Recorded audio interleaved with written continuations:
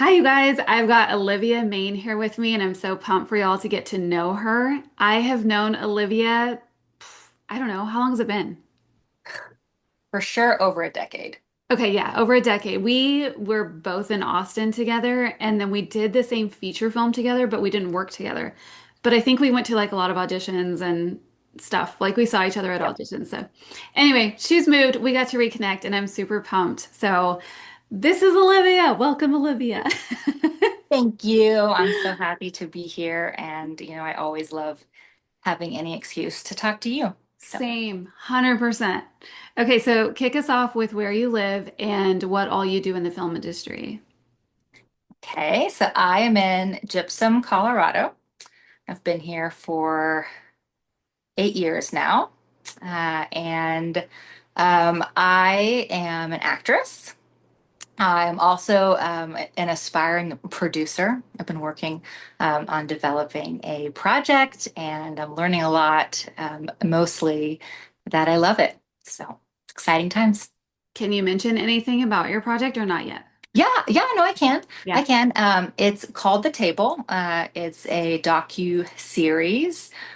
It's basically a host who is traveling around America looking for noteworthy places to eat, as well as looking for amazing God stories. So it's an invitation for people to hear and see and taste what God is doing. Yeah. And I've gotten to talk with Olivia at length about her project, and I absolutely love it. And I can't wait till it's out there so I can watch it because it's going to be so, so Same, good. girl, same. Oh, yes. A Okay, labor when of would love. you, yeah, when would you say that you officially started pursuing acting? So the first time, back when you knew me, way back when, I would say I started then when I was in high school. I was a theater nerd, a thespian. Uh, Ah. I did high school theater and took acting classes outside of school as well. And I pursued that right out of high school. So that was always my dream. And as you know, I stayed that path for several years into my late 20s, Mhm. where I then decided to quit essentially. And it's been the past couple of years, almost a decade later, that I have gotten back into it thanks to you and the Lord's faithfulness and all his many surprises. What's So one I of would say the first? Yeah, this go around, it would be 2 years. cool. And what is, so I know like you started in high school with theater and then you probably easier to make connections and stuff, but when you jumped out of it, you moved to a totally different place and then you got back into it. What's one of the first steps that you took to get that ball rolling again in the film world? Yes. Okay. So, um, practically, for me at least, I really had to prepare my heart. So that looked like a lot of praying. It was really kind of a hard thing for me um, to believe that I could do at this point in my life. It had been so long since I had been out of the industry, and my life looked so different. And here I am in Colorado in the mountains in a small town, and it just seemed impossible. So, really, for me, the first step that I took that was really substantial for me was just talking to the Lord about it, praying about it, asking for His confirmation that what was stirring in my heart was from Him. And I had a really good friend of mine that I talked to about it. It was just like, I'm, really feeling this pull, but it feels like it's like such a weird time. And I thought I was done with this. And is it from the Lord? And she was like, why don't you do this? Just commit your way to Him for a whole month, every day, in the morning, get up. Um, Pray and journal and ask him for confirmation of this exact thing. So not just like regular conversation, which I may have already been doing. I was already doing that, but like very strategic and specific prayer asking for confirmation. And actually, after I was doing that and praying and asking for confirmation is when I got connected with you. So that follow-up step would be to get in touch with Venus Monique and be a part of the Sisterhood Suite because that was really what catapulted me after that point. Once I joined the group, just having the ladies, their encouragement, your counsel, um, the space to talk about it out loud and to just kind of get more comfortable with the idea and open my hands to it. And from the very beginning, I was like, everyone was like, "Oh, I'm here to be an actress," and I don't know what I'm doing here. I couldn't Yeah. even say it. Like, this is, I don't know why I'm so intense, but I couldn't even say it, and it just took me that time. And that was a really, really big step, I think, is just in my heart, just accepting that this is what I wanted, Yeah. that God was opening the door and then surrendering to the process.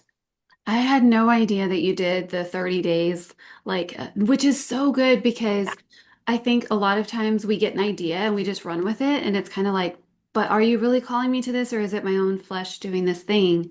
And I'm so glad that that was something like you waited on him to open that door because then there's like a confidence that comes with that and then a certainty of, okay, this isn't my flesh. This is what you're calling me to do. And now I can trust you in the journey because I don't feel like I am fighting to make this thing come to life.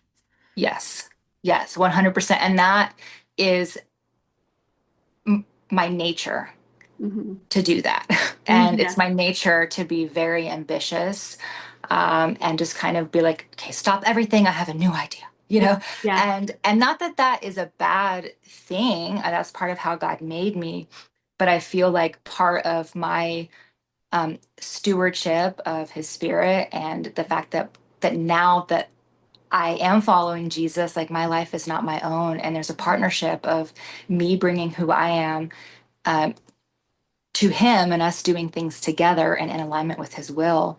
And Yeah. so I just really wanted to make sure, like, yeah, that before I caused disruption to my life and to my family, which I did, that it was something that the Lord was calling me to. And you're so right. It gives you a completely different type of confidence and peace when you do feel like he is calling you into something and that he is giving you that peace. it's Mhm. it's a game changer. Yes. Okay, so I haven't asked any of the previous ladies this, but like, because I know your testimony, will you share how you came to know Jesus? Yeah. Oh, of course I will. Love it. Yeah, it's a really cool story that he wrote. So I was back in Austin where I knew you, and I was pursuing acting and modeling, and but just personally, I was really, really struggling in a really, really dark place. I had uh, just just multiple things in my life that I had gone through that I hadn't really dealt with, and it was kind of one of those things where um, it just all starts catching up to you. There's only so many places you can run and so many uh, moves you can make and, vacations you can take and career changes you can take and, boys you can date. And eventually you're like, I've hit the end of my rope. I can't distract and avoid any longer like the pain, that I'm carrying. And I really hit what I would say a rock bottom. Um, and that was emotionally, but also physically. I was working so much, I was partying so much. Like physically, I also just hit the end of my rope. And so I was in this place where I could hardly get out of bed. And I really had no hope in my life and just didn't really know where I was going to go. And at this point, I was in my like later 20s and I had to move back in with my parents for like the third time, which was like super fun. But I was laying in their guest bed and I was like, just super depressed, couldn't get out of it. And my mom, she convinced me to get out of bed. She's like, why don't you just wash your face? Let's go to the movies and see this new movie that me and my friends just saw, and we love it. Um, it's a faith-based film. It's called The War Room, but I think you'll like it. And, in the worst case scenario is you get some free popcorn. I'll pay. Okay, this is better than nothing. Like, I have Yeah. no life. I might as well go to the movies with my mom. And so we went to see it, and it was like a 2 p.m. like matinee showing. And yeah, I'll never forget it. It was like one of those moments where you feel like time just like stops. And it really spoke to me where I was because I felt like what I needed in that place, I felt hopeless. Mhm. And I had reached the end of myself and I needed hope that was outside of myself. And that's what the war room really teaches is the power of prayer, but really the power um, of surrendering your life to Jesus and letting him become the leader of your life Mhm. and finding peace in him even in the hard times and trusting him that he'll make a way for you and that he can change a heart, he can change a person. And I think that's what I needed. Like I knew I needed to change, I didn't know how. um, and I knew that I needed hope outside myself. I needed a power that was greater than what I had because I had nothing. I had no strength left. I had no motivation. Mhm. And so I said, okay, well, I can do what the lead character did in this film, which when she kind of hit the end of her rope, she turned to prayer and she made a war room, so like a prayer room. And she took out all of her clothes, and it was like this really, really cute, funny scene where she takes out all of her clothes and her shoes and everything, and she like makes this prayer room, and she starts to read scripture and put scripture on her walls. And so I went home and I literally did exactly that. Yeah. And that's why I have to just say an encouragement to people who are making films like that. Yeah. Sometimes I hear in this industry, I'm newer into this industry, but what I am hearing is this kind of thing where, a lot of creatives in the faith space want to make, these films that they feel like don't preach, to the choir, that aren't like a sermon. And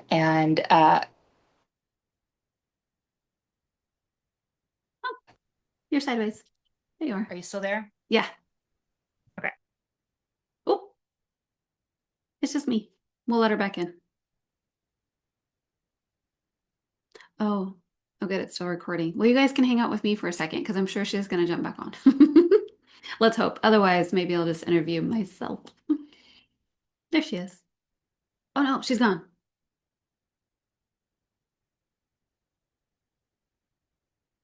I think she'll be coming soon.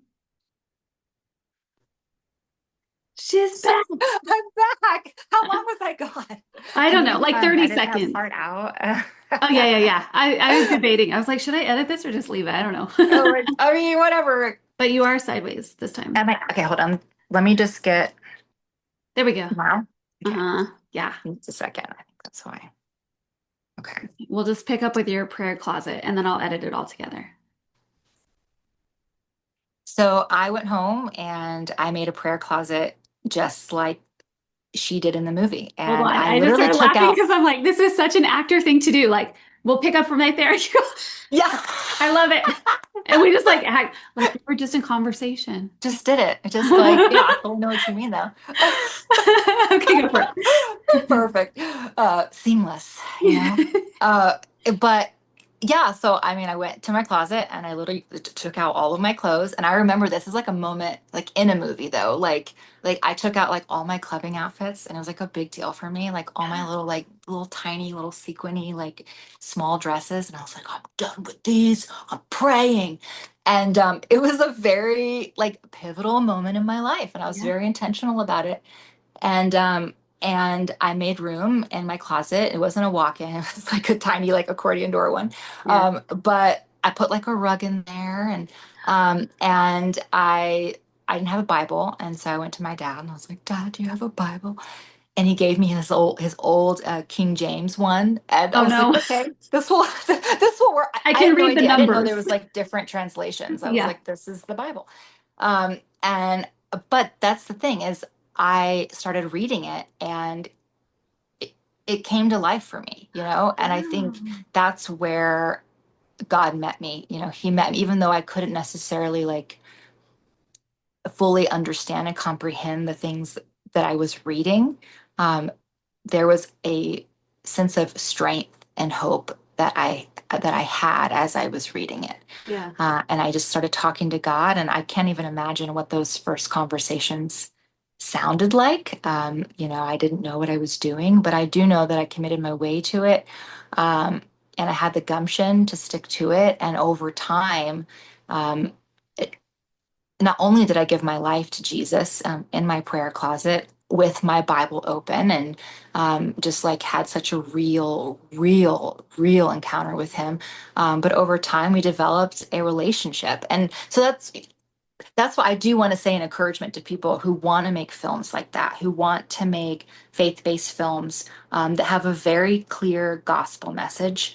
Um, they do have power. And, I do see, right now in the faith space, a lot of creatives are really wanting to make films that are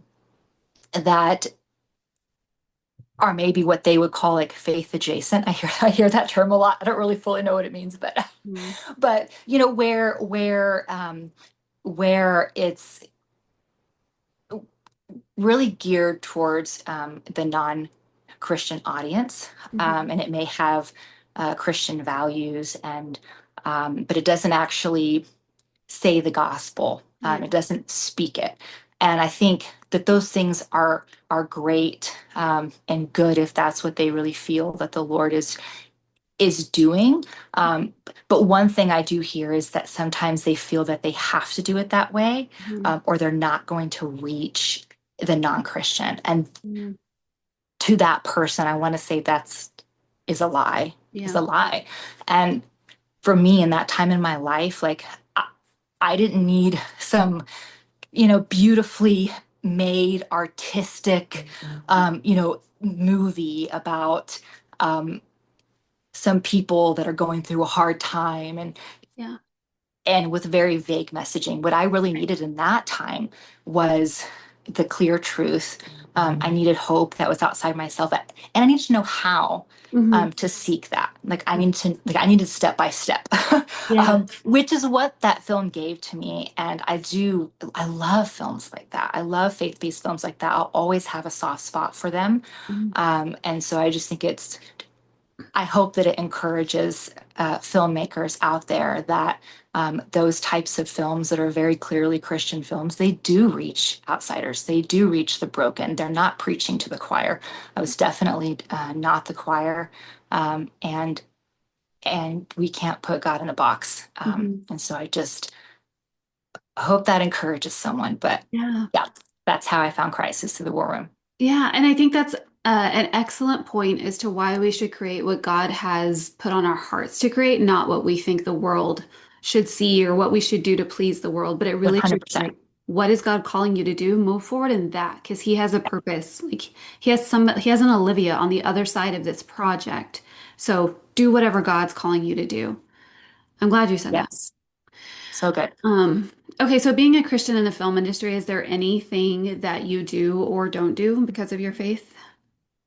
Definitely. Yeah, yeah, for sure. I think the biggest thing for me is that, so many of the roles they have for women, especially in the faith-based industry, are wives, which is, tough for me because I am an actual wife in real life Yeah. to a real husband who I Yeah. love so much. And so I think, for me, it's just an honest assessment of like, you know, um, what types of roles for sure would affect my marriage in terms of um, like how close, what types of affection am I sharing with another man who is not my husband. I think people don't ever think about that. Like if you watch a movie on TV, and we watch all these movies that are not faith based, and sometimes they can be downright raunchy, and you're thinking now, I'm like, that could be somebody's wife or Yeah. somebody's husband. And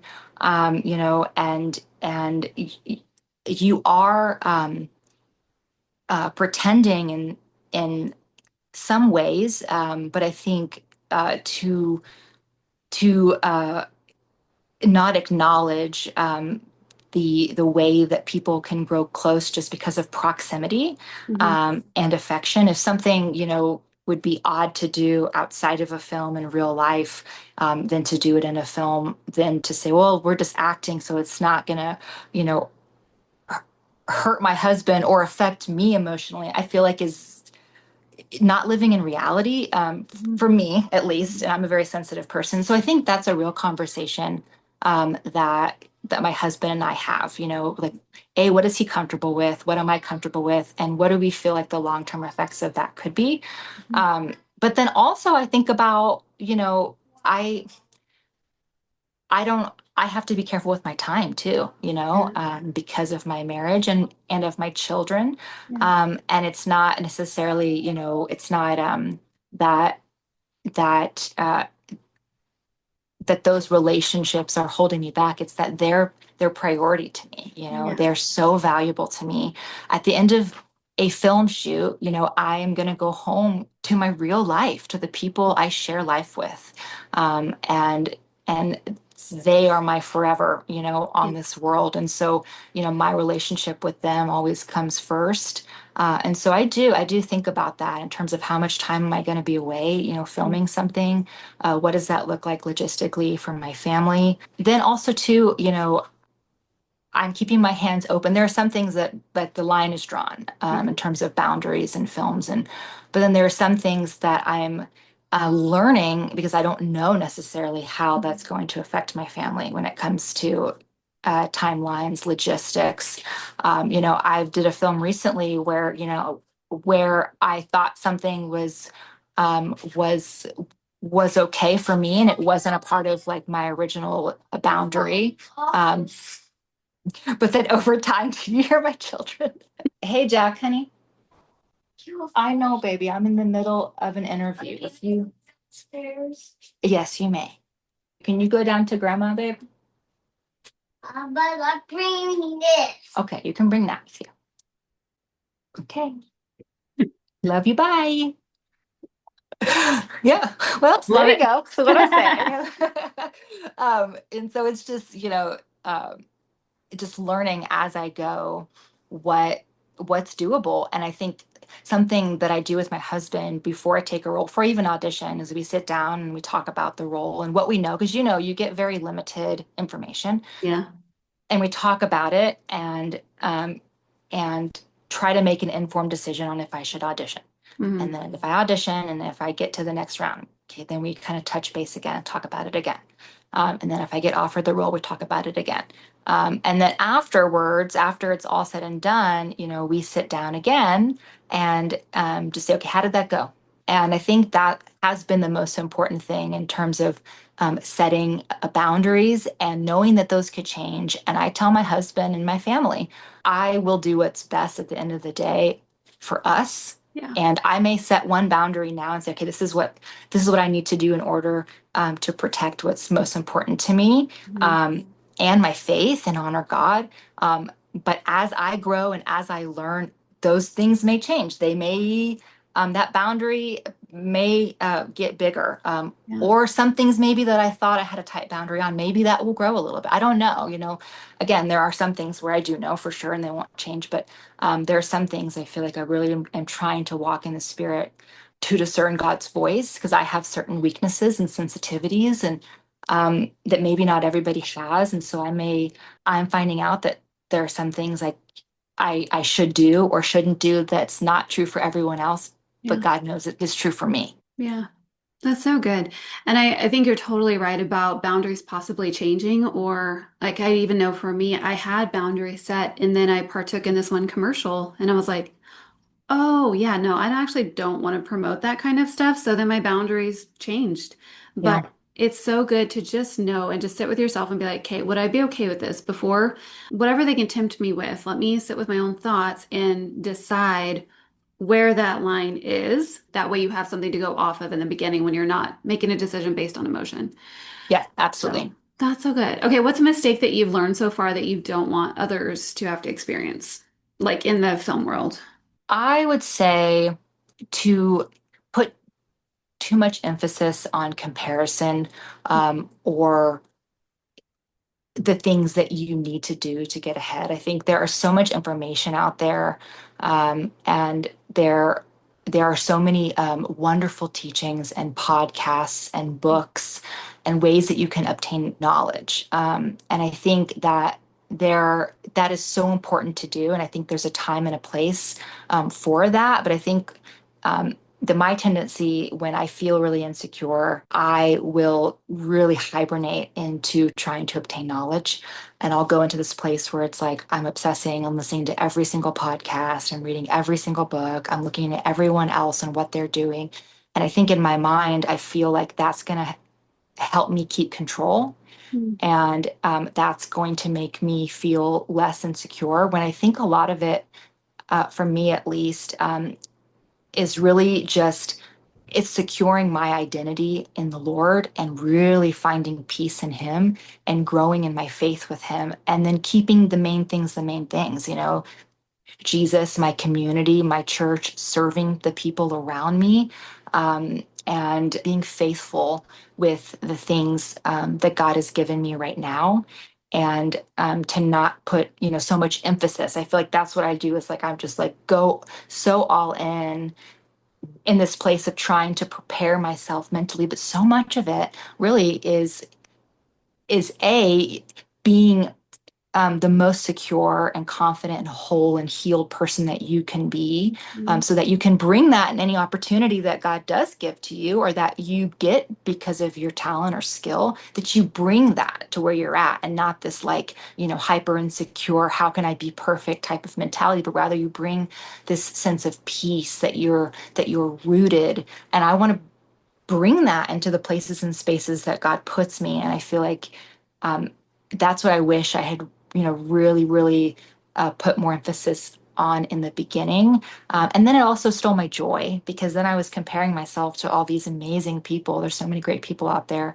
Um, and there's so many different types of teaching and opinions on how to get where you're trying to go and what you should and what you shouldn't do. And what you end up losing, or I guess what I ended up losing for a while, was my own connection to my own artistry. I mean, who I am. Like I said, I want to bring a part of who I am to roles or any of my creative endeavors. Like I want to bring a part of who I am, Mhm. um, because that's liberating, and I trust that God will use that, and it glorifies God.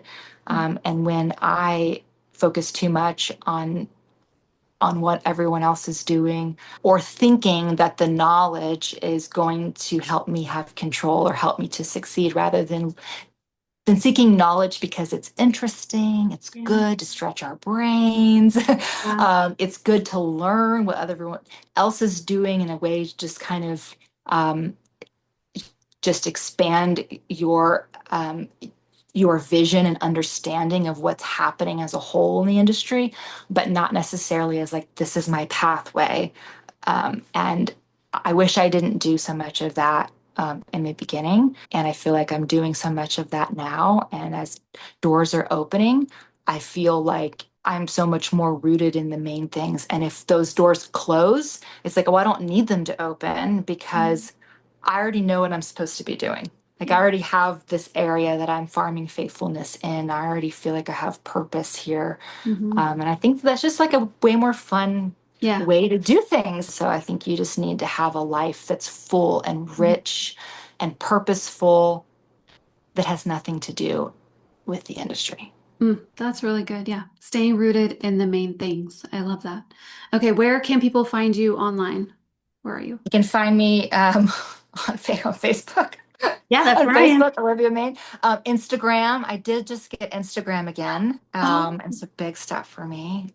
I cringe every time I post anything, but I'm really trying. yeah. I am trying after all of the amazing teachings that the suite was giving me. I'm trying to encourage us to use social media. I'm Yeah. trying really hard. So Instagram, Okay. Olivia Maine _.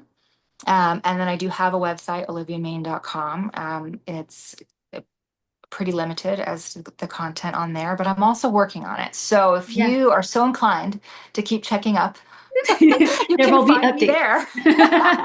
I love it. I feel you on the Instagram because I just started mine back up. Making I the love effort. seeing your posts though. Oh, thanks. It's like people, I feel like in our own minds, we're like, oh my gosh, like people are just like so annoyed that I'm posting things, like no one cares. Um, but I love when people post things. Yeah. Like all of my friends and my family, like I love to see what's going on in their life and their Yeah. world. And I love that you're posting. So Thanks. I'm thank you for trying. doing that. Giving it an Thank you. I effort. enjoy it.